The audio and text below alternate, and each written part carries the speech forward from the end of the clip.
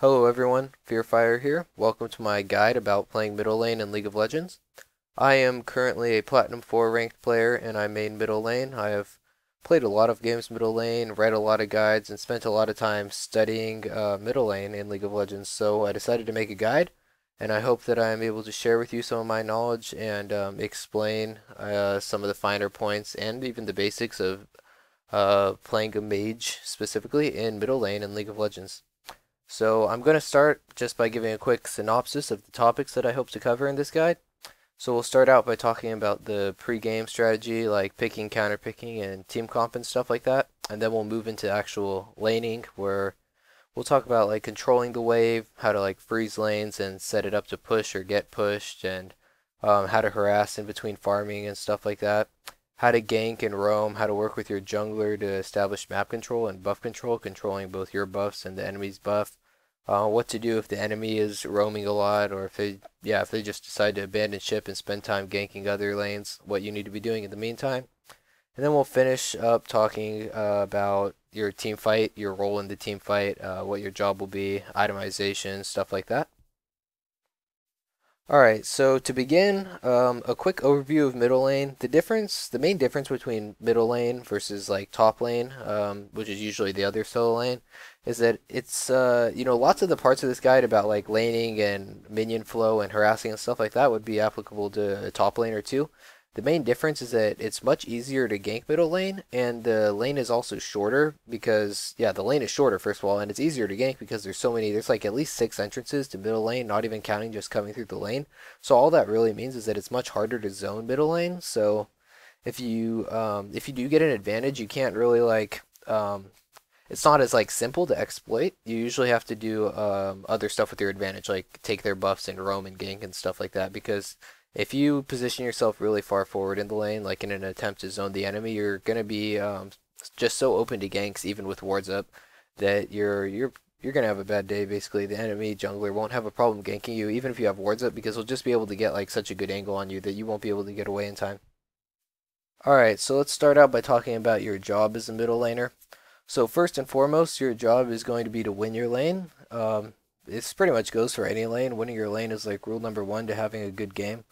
So there's a few ways you could do this. Middle lane, in any lane, you could always win just by getting more CS than your opponent, and CS is just short for creep score, which is how many minions you've killed. So in general, 20 CS is equal to 1 kill. So if you're able to outfarm your opponent, 20 or 40 CS, then you could just you could start snowballing an advantage that way. Other things you could do are take the enemy mid tower. For middle lane, I'd say like anytime after 10 minutes, feel free to take the tower, because by taking middle lane tower, you establish a lot of map control because you deny the enemy a lot of vision, like a lot of central vision, and also a lot of safety because the enemy like has no tower that they could easily fall back to. For usually like top and bottom lane, it's risky to take the tower, prior to 15 minutes because the enemy could just freeze the lane really far back, and you're not strong enough to like just shift to another lane and push it. So you kind of lose your advantage, you lose your ability to deny them without really having to like put yourself in danger. But for middle lane, since taking mid tower just gives you so much map control, I'd say do it anytime after 10 minutes. Additionally, you could just drop a ward somewhere near where their middle lane tower used to be, and then you'll gain vision in their half of the map. Additionally, you could put it like a little bit farther back so you could see their jungler crossing in between one side of their jungle to the other, just for, again, more map control.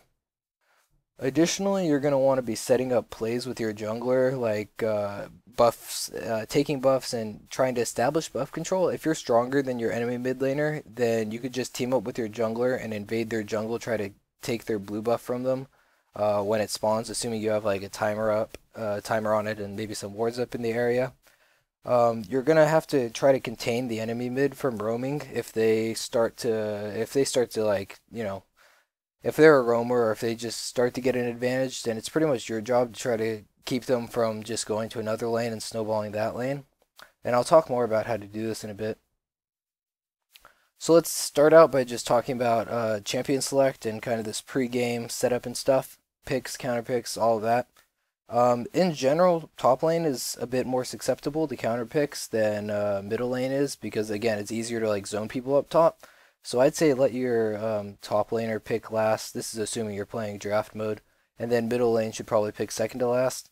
Being counterpicked mid, just there are some situations where it means you'll really have a hard time in lane, but in general, it just means that it'll be much harder to roam because if the enemy champion is able to 1v1 you, then it's really risky to like leave your lane. If the enemy laner leaves to go like gank top, you're taking a pretty big gamble by following them because if they just turn around, they'll probably be able to 1v1 you no problem. So you kind of have to like make sure your jungler's with you and you're on the same page as your jungler. And if your jungler's behind also, then there's pretty much nothing you could do if you're losing mid lane and your jungler's like behind. So getting counterpicked just means you'll need like some strong early game presence from your jungler. So picking a jungler like Lee Sin or Jarvan or something like that will help you. And it just means you'll probably end up getting like a bit less CS than them because they'll be able to zone you a little bit and kind of just deny you.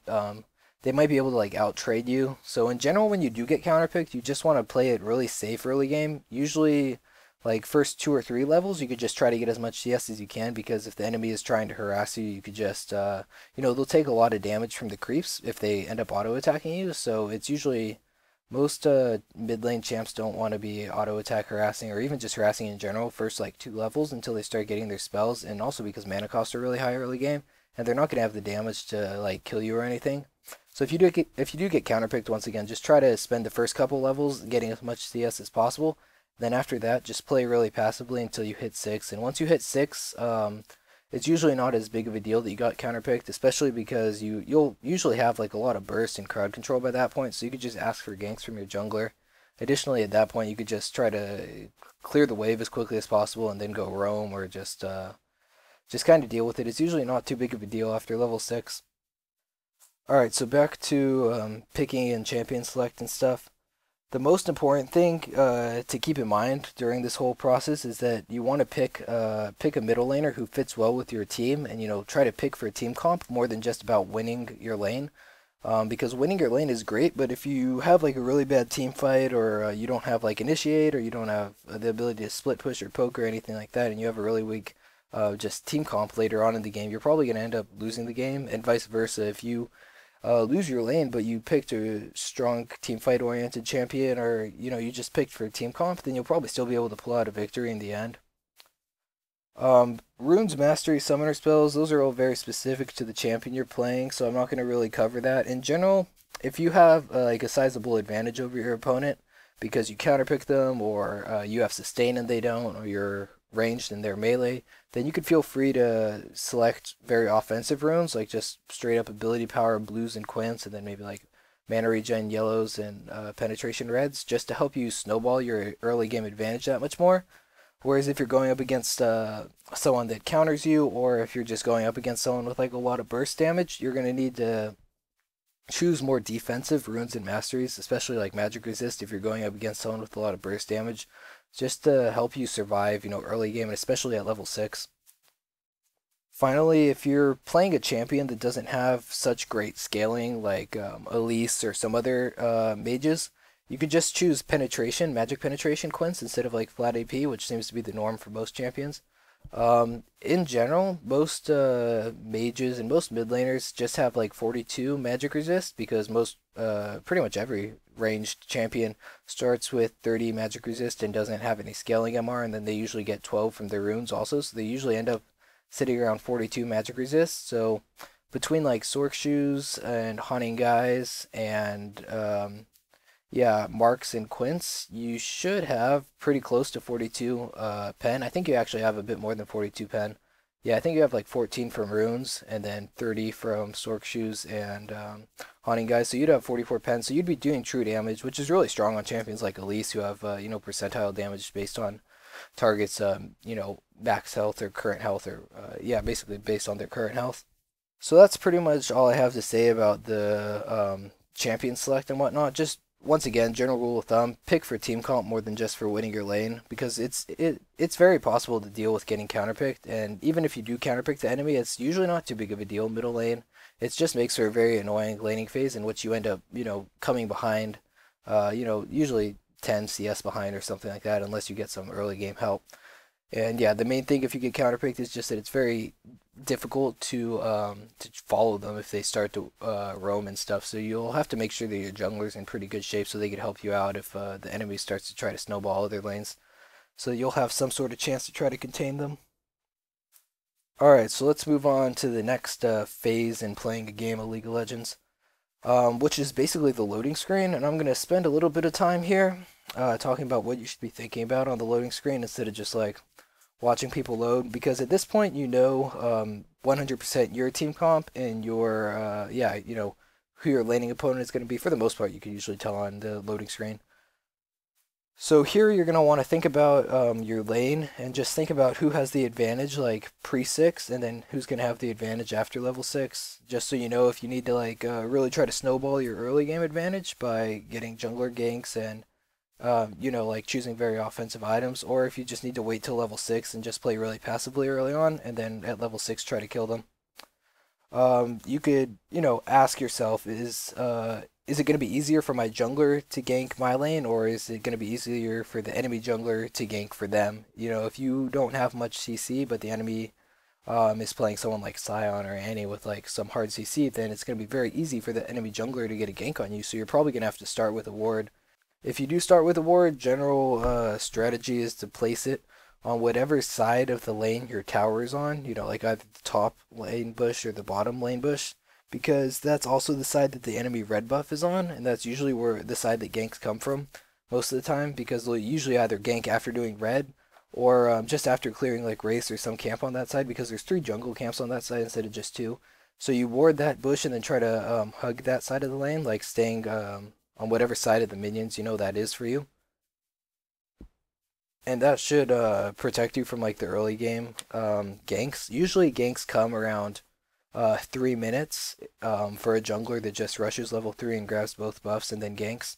Other things to think about on the loading screen are just like how you're going to have to itemize this game so you don't have to spend time later like sitting at the shop thinking of what you need to get. If you're laning up against like a bursty magic damage champion like LeBlanc, Malzahar, Annie, Syndra, anyone like that, you're going to have to just grab some early magic resist so you can deal with it, because usually those champions don't bring too much crowd control or anything like that to the team. They're usually just really high bursts, so just getting some magic resist will allow you to deal with them, and then you could just continue on with your build after that. Additionally, if you know that you're going to have to be peeling a lot in the team fight, like say you're playing Cho'Gath and you don't have too much other CC on your team, then you're probably going to have to itemize like cooldown reduction so that you could just throw out your abilities as often as possible to try to peel for your carry. And finally, just thinking about your starting items, like if you're laning against someone with a lot of skill shots like Ezreal or Cassiopeia, then starting boots will often help you try to dodge that and give you the sustain you need. Whereas if you're playing someone that needs to like rush to level 6 as soon as possible, it means you need to stay in lane for as much as you can. So you usually want to start with a lot of sustain so that you could just stay in lane to level 6 and then go back maybe like right at level 6 or right before, buy a couple items and then just come to lane and hopefully you hit level 6 before them, in which case you could just try to kill them before they get their ultimate, because usually in middle lane whoever hits level 6 first has a ridiculously huge advantage, especially if you're someone like Malzahar or Orianna. You could usually just kill the enemy if you're 6 and they're not. You just force it, or you just force them out of lane. You just, out of nowhere, you could just drop your whole combo, and you could usually take people from full health down to like at least a quarter of their health without like using ignite or anything. And if nothing else, if you don't get the kill, like this is assuming they were at full health the whole time, in general you try to harass them down to like 3/4 health before dropping the full combo. But even if you weren't able to do that, then you still force them out of lane, and you'll probably be level 7 when they come back, and they'll still be level 5. So just think about what items you're going to have to start with and stuff like that, so that you can buy your items as quickly as possible and head out to do whatever level 1 strategy you have with your team. Alright, so once you start laning in the middle lane, the most important thing to do is, of course, to get the farm, to try to get as much CS as possible. And the second most important thing to be doing is just to watch the map. Especially like what I do every time I go forward to try to last hit after I like click on the minion to cast my auto attack or whatever, as the projectile is just flying through the air, I just look down at the mini map for a second. Because I mean, watching like the minion die isn't really gonna help you in any way, so I just make it a habit to always look down at the mini map. just to try to see if all the enemy laners are in their lane. If I see like the enemy top laner leave his lane, then I know I have about like 10-15 seconds to back off before he hits my lane and he might be coming in for a gank or something. It also helps you keep track of the jungler because, again, if you see the jungler in another lane, then you have a good 15 seconds before he's in your lane, so it gives you a chance to try to go all in on the enemy mid laner, or just gives you a chance to like come out and farm if you were behind. You know, you don't have to be worried about getting ganked. In general, you want to try to balance the lane. You don't want to let the lane hit your tower because then the tower is going to take some of your gold. So if the enemy is like auto attacking a lot or just dropping lots of area of effect skills, then just continuously auto attack back. Just try to like mirror whatever they're doing so you keep the lane pretty much balanced. On the other hand, if you have like built-in escapes, some sort of like gap closer, yeah, just lots of CC starting at level 2 or something, then if you want, you could push your lane, just so because it'll allow you to get, you know, all the gold and experience, whereas it might prevent the enemy from getting some of the gold because it might hit their tower. You just have to be really careful again for ganks. So if you have a ward and you have like some sort of escape, then you could feel free to push your lane early. Also, if you get counterpicked, like if they counterpicked you, then first couple levels, you know, like I said earlier, just try to get as much CS as possible. But also you could try to push the lane so that they have to choose between getting the creeps or harassing you. And if they do harass you while you have a creep advantage, then they're going to take a lot of damage from your creeps because your creeps will aggro to them. They'll be aggravated to them and they'll start attacking the enemy champion. This is like assuming they're auto attacking you or something. Another thing, just again, like in an ideal situation, you want to have your minions, or the enemy minions in this case, dying at different times so that you could harass in between. Because if you're having like, if you have multiple enemy minions die at the same time, you're not going to be able to get both of the kills on them, both of the last hits, unless you like use an ability or something. Um, so just try to make it so that the minions die at different times, and anytime you're not going in for a last hit, you should probably be trying to harass the enemy if you have an advantage, and if not, then you should just be like backing off and trying to keep enough distance in between you and the enemy so that they can't harass you like constantly.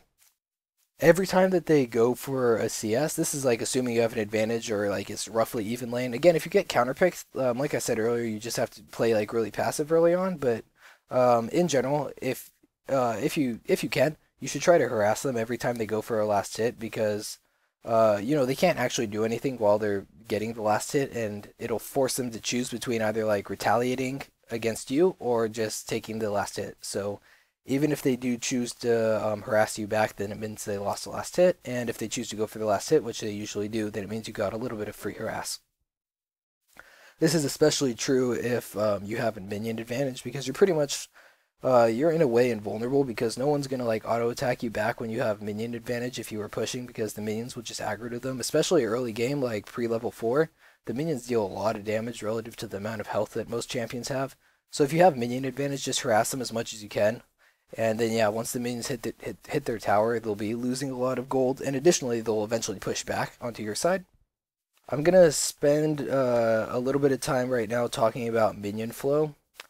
So pretty much in any lane, you want to freeze the minions so that they're shifted a bit closer to your side, so that the enemy has to extend a bit farther to try to get CS. So it's easier for your jungler to gank for you, and also so you're less vulnerable to enemy jungler ganks. And the best way to do this is just to last hit as late as possible so that they push. The only like time this doesn't really work is if they're like actively pushing the lane, like using their abilities on the creeps and stuff, because in that case you'd be forced to like tank the minions to keep them from hitting your tower. So if they're actively pushing the lane, then you just try to counter push, just not quite as hard as they are, so that it just shifts a little bit to your side.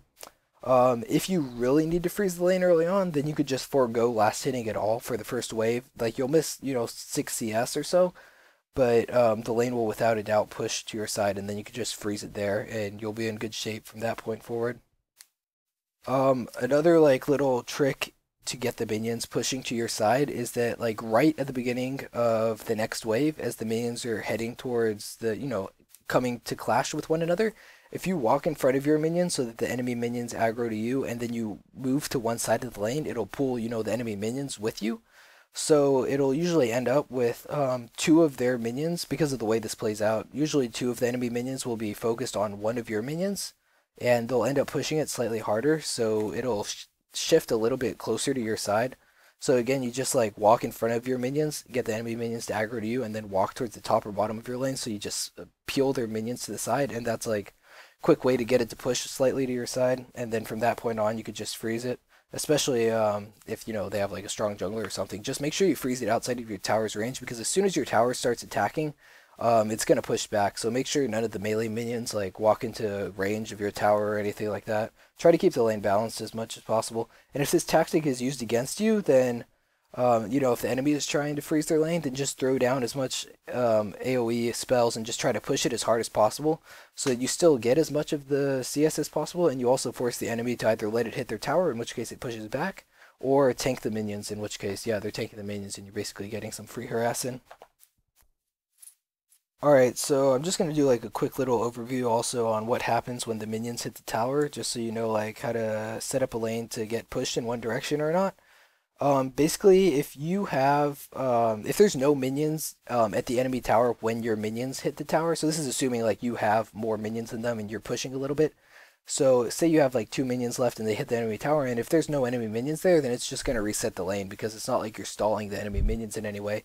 Whereas if your minions hit the enemy tower like pretty close to the time that the enemy minions are coming, then it's basically just going to stall the enemy minions a little bit, and the lane will be pushed slightly more to their side. Whereas if you had like a decent sized wave hit their tower at the same time that their minions arrived, then it's basically going to weaken their minions a little bit, because some of their minions will take damage. In which case, when their minions meet up with your next wave of minions, again, you'll just push a little bit harder than they will. So there aren't too many times when you want to do this, but if you do want the lane to be shifted towards their side for whatever reason, like you plan on roaming or something, then you could just use these tactics just to, you know, basically just try to get a couple of your minions to hit their tower right at the same time that their minions are coming to lane, so that it just stalls their minions. And you could also do this in the opposite direction if you want to like try to get the lane pushed more in your direction. Which is just that you tank like a couple of the enemy minions, so you know, kill the rest of them, and the last like 2 minions, just tank them for a little bit, and then fall back into your tower's range right as your minions are coming to lane, so that it just stalls your minions, you know, for an extra couple seconds as they finish off the enemy minions with your tower before going to lane, and then the two waves of minions will meet up, and they'll just be shifted a little bit more to your side, and then from that point forward, you could just freeze the lane or whatever you want to do. You just have to be careful, because while you're doing this, it means that the enemy can be roaming or whatever. So this is mainly just a tactic you want to do if your enemy is in the lane. And if they decide to just leave, then you have to make sure you had wards up so you could see like which direction they're running. So you could either choose to follow or just ping and make sure that your allies know what's going on. Alright, so that's how you're going to set up a lane to push, get pushed, and how to freeze a lane, basically. So let's continue on this note of enemies leaving the lane and roaming, and talk about what you should do when the enemy leaves. So the best thing you could do when the enemy leaves your lane, this presumably to roam or to try to get a buff, or yeah, just to try to maybe invade your jungle or something. The best thing to do is to follow it, but you could only do this if you're able to 1v1 the enemy. So assuming you could 1v1 the enemy jungler or the enemy mid laner, and yeah, you have to be careful because the enemy jungler might come too. This is like another point I'll mention in a second. But basically, yeah, follow if you're able to 1v1. You just have to be careful for the enemy jungler. So you kind of have to have your own jungler around, because if you follow and the enemy mid laner turns on you, it's probably not that big of a deal if you're able to 1v1 them. But if the enemy jungler comes too, then you're in trouble. So you have to make sure that your jungler is in a position to help you. And if your jungler isn't there, you know, say he's like on some other side of the map or ganking another lane or something, if your jungler's not there, then basically you just have to be very risky. Okay.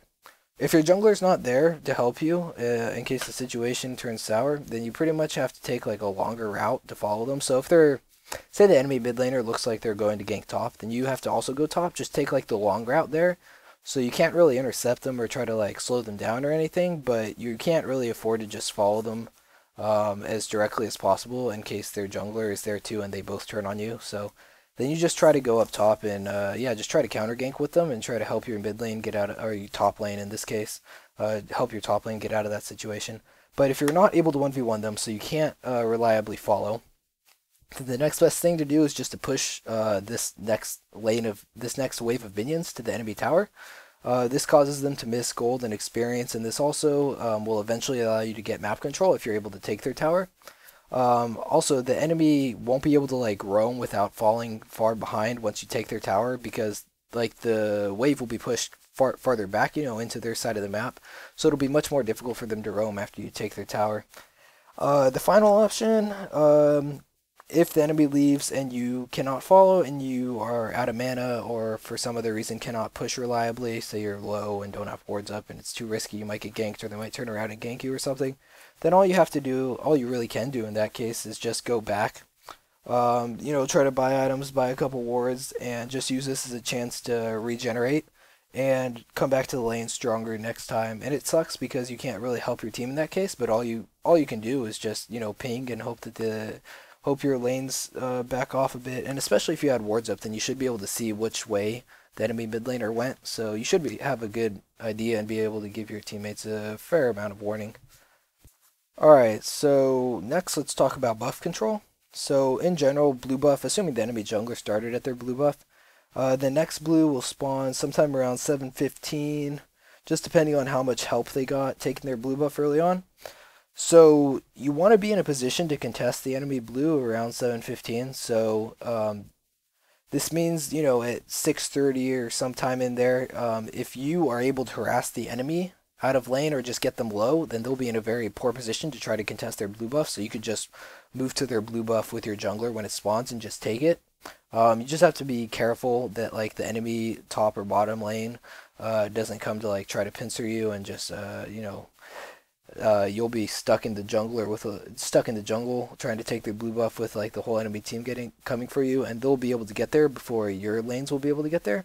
So you have to make sure that you and your jungler can confidently 2v2 the enemy mid laner and jungle, so that if the enemy lane does come, then you could just fight through the one of the other pathways out of the jungle, just fight through the enemy mid and jungler, and just get out that way. But yeah, if you're able to harass the opponent down, then you'll be really strong.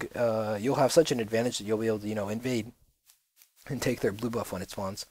And additionally, vice versa, you have to make sure that you're in pretty good health, around 7 minutes, because if the enemy jungler ganks or if, the enemy mid laner just wears you down right then you're pretty much forced to go back and you won't be able to try to get your blue buff. And if the enemy was able to ward your blue buff or something like that, they could easily just go to your buff and try to take it out from under you. And on some mid laners, this is like really detrimental, especially laners with like toggleable abilities like Swain's ultimate or Anivia's ultimate. Or people that just spam a lot, Orianna benefits a lot from blue buff, Cassiopeia, people like that, just from the cooldown reduction.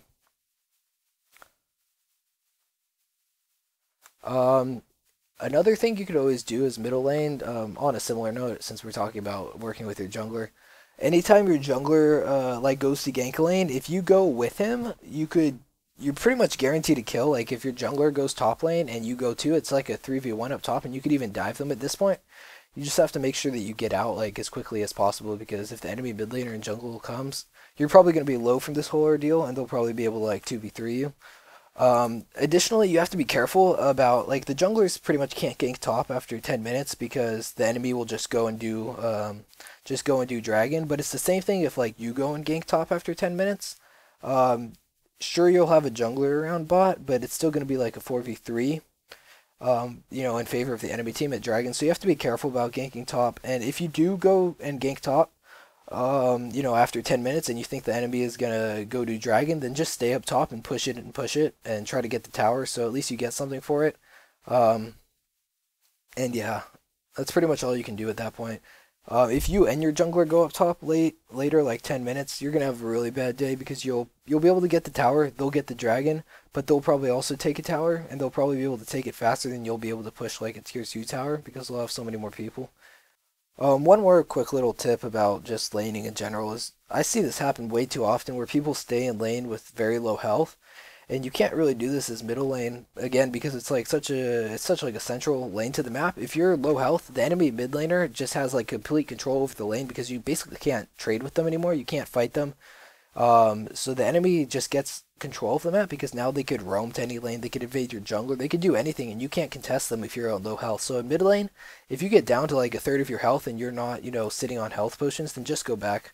Unless you have like a lot of built-in sustain or something, or you're baiting for your jungler. But don't stay in lane with low health because if a smart opponent will be able to use this to their advantage, but in more ways than just pushing their lane and like continuing to harass you and try to get a kill. They won't bother trying to kill you under tower. They don't need to kill you to get an advantage. They could just invade your jungle or something like that. So don't stay in lane if you're low health. Just go back. I'll talk a little bit more about roaming. Good roamers are just people that have wave clear and CC and burst. So wave clear, crowd control, and burst. Someone like Scion, if you're able to clear the wave quickly and then roam to another lane, and when you gank, if you bring some CC and burst, that's all it takes.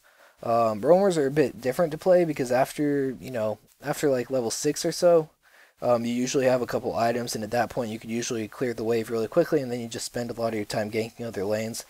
Again, you just have to be careful if the enemy has like a really fast dragon or something, and you go to gank top, then the enemy might just grab a dragon out from under you. Additionally, it's pretty risky to like go and roam if you're up against someone who also has a lot of wave clear, because they could put a lot of damage on your tower, and if you don't get a kill or you don't take a tower from the lane that you gank, you actually came out behind in this trade, especially if they're able to like get the tower after a couple times of you leaving. Alright, so let's finish up by talking a little bit more about your role in team fights. Um, I talked about itemization early, and in general, your role is going to be to either dive for the enemy carry and just try to kill them, or protect your own carry, depending on like what type of mage you're playing. If you're trying to protect your own carry, it means that you have to peel for them, so you usually need to itemize cooldown reduction, especially on someone that has a lot of like CC or something. But in any case, it's usually your job to kill the enemy carry, and a good rule of thumb is not to like try to go 1-for-1 with the enemy carry unless like they're really fed, because yeah, lots of times I see people that just like dive in for the enemy carry and then end up not getting them, in which case like that, yeah, that was a really bad move. But even if you do get them, if you go 1-for-1, unless like they're really fed, it's usually not a good idea, because you're usually the one who brings like all the burst and a lot of the CC for your team, and if you die, you're also bringing a lot of magic damage for your team. And if you die early in the team fight, you're putting your team at a really big disadvantage, again, unless the enemy carry was like fed or something. But if the enemy is fed, then go ahead and try to go 1-for-1 with them. You just have to be absolutely certain that you'll be able to one-shot them, because once you dive in, especially if you like flash or something for the enemy carry, you pretty much have like 2 seconds to kill them before you get CC'd, or you probably have less time before you get CC'd, but I'm assuming you'll get like about 1 or 2 seconds of time to get your spells off on the carry before you die. So you just have to make sure that you kill them, and this doesn't happen too often, but especially later game, like it's gonna be your job just to peel for your own carry or just to die for the enemy carry, depending on which type of champ you're playing. If you're playing an assassin, then yeah, you have to just die for the enemy carry. But if you're playing like a tanky CC mage like Cho'Gath, then you just have to protect your own carry. And then there's people in between, like Orianna. She has a lot of burst, but she also has a lot of CC, crowd control. She could also like work with your initiator to just tie up the enemy team for a long time. So yeah, that's basically it. Team fighting. I mean, it all depends on your team comp, and yeah, in general in team fighting, it's just all about good positioning, making sure you're not getting caught out, and you're able to, bide your time. Don't go in too early, because especially on a lot of like the assassins and stuff like Katarina, you just have to wait until the lots of the enemy's crowd control is blown, and then you could go in, because you're usually not a very tanky champ as a mid later. Same with like your AD carry. So you usually spend like the first part of the fight staying back and peeling for your AD carry, and then after like 5-10 seconds, as the enemy starts to get low, then you start going in for the enemy. Again, unless you're an assassin, in which case you usually just right off the bat go for the enemy AD carry. But yeah, that's pretty much all I have to say about mid lane. Like that hopefully covered a lot. So as a quick recap, I'll just go through like some of the topics I covered. So mid lane has lots of influence on the map. Your job is going to be to control the enemy mid and win your lane, take the tower, stuff like that. Your job is usually just to work with your jungler, or your job additionally is to work with your jungler to secure buffs and gank and stuff like that. In the lane, the most important thing to do is to prioritize farm, and then map control in between, like by warding and watching the map. And then after that, you could try to harass in between creeps, and control the flow of the wave, because you don't want to lose CS to your tower, but at the same time you don't want to allow the enemy to like freeze the lane and then kind of zone you, or at least make you get in a difficult position to take the CS. And again, if they do freeze the lane, the best thing you can do is just try to clear the wave as quickly as possible to force them to tank the minions or to let it hit their tower. There are times in the lane that you really want to harass, such as if you're ranged and they're melee, or if it's really easy to get your combo off. Like if you're playing Cassiopeia against Ryze, because Ryze has to stand. Ryze basically always chains his abilities together, so because of his animations, he ends up having to stand still for about 1 or 2 seconds, which is plenty of time to allow Cassiopeia to land one of her poisons, especially since Ryze doesn't have any like hard CC, only a snare. So once Cassiopeia lands one of her poisons, you could just follow it up with a bunch of Twin Fangs, and she'll outdamage your eyes every time. So there are some matchups like that where harassing is really good because you'll just be able to land your abilities easily. Same with like playing range versus melee, or if you have sustain and they don't have sustain, then just go ahead and make like a bunch of trades, and you'll always come out ahead, over time. Another important thing is just to keep in mind who's going to be stronger at level 6, so you know if you need to rush level 6 or if you need to play passively early on. And then just wait, bide your time until you're level 6, and then you could hopefully take them then. And yeah, just know ahead of time what you need to be building, whether you need to be building cooldown reduction if you need to peel, or, if you need to be building pen versus AP depending on your ratios, or if you need to be building tank, or, yeah. Just know ahead of time what you need to be building, and how to itemize for all the different matchups. There's lots of guides out there that give you like good item builds for different champions, and yeah, the main thing is just like, once again, build cooldown reduction if you're gonna have to be peeling a lot. Everything else is usually self-explanatory and just comes from knowing the champion. So that's all I have to say about mid lane. Hopefully I taught you a bit about, I don't know, the minion flow or some of your roles in the team and what you need to be doing. Just in general, try to stay as healthy as possible and try to contain the enemy mid laner, keep them from roaming, and yeah, just out farm them using your superior knowledge of the flow of the lane and stuff like that. Try to work with your jungler to secure the enemy buffs and all of that. So I feel like I'm repeating myself at this point because I'm just trying to summarize over and over again what I've said. So anyway, I hope you enjoyed it. I hope you learned a bit. Thanks for watching. So subscribe if you want to stay up to date with the videos. I'll probably be doing a couple more soon. Not exactly sure on what. Maybe on some champion specific guides or on some other lane guides. And yeah, I'll see you guys on the Rift. Thanks for watching.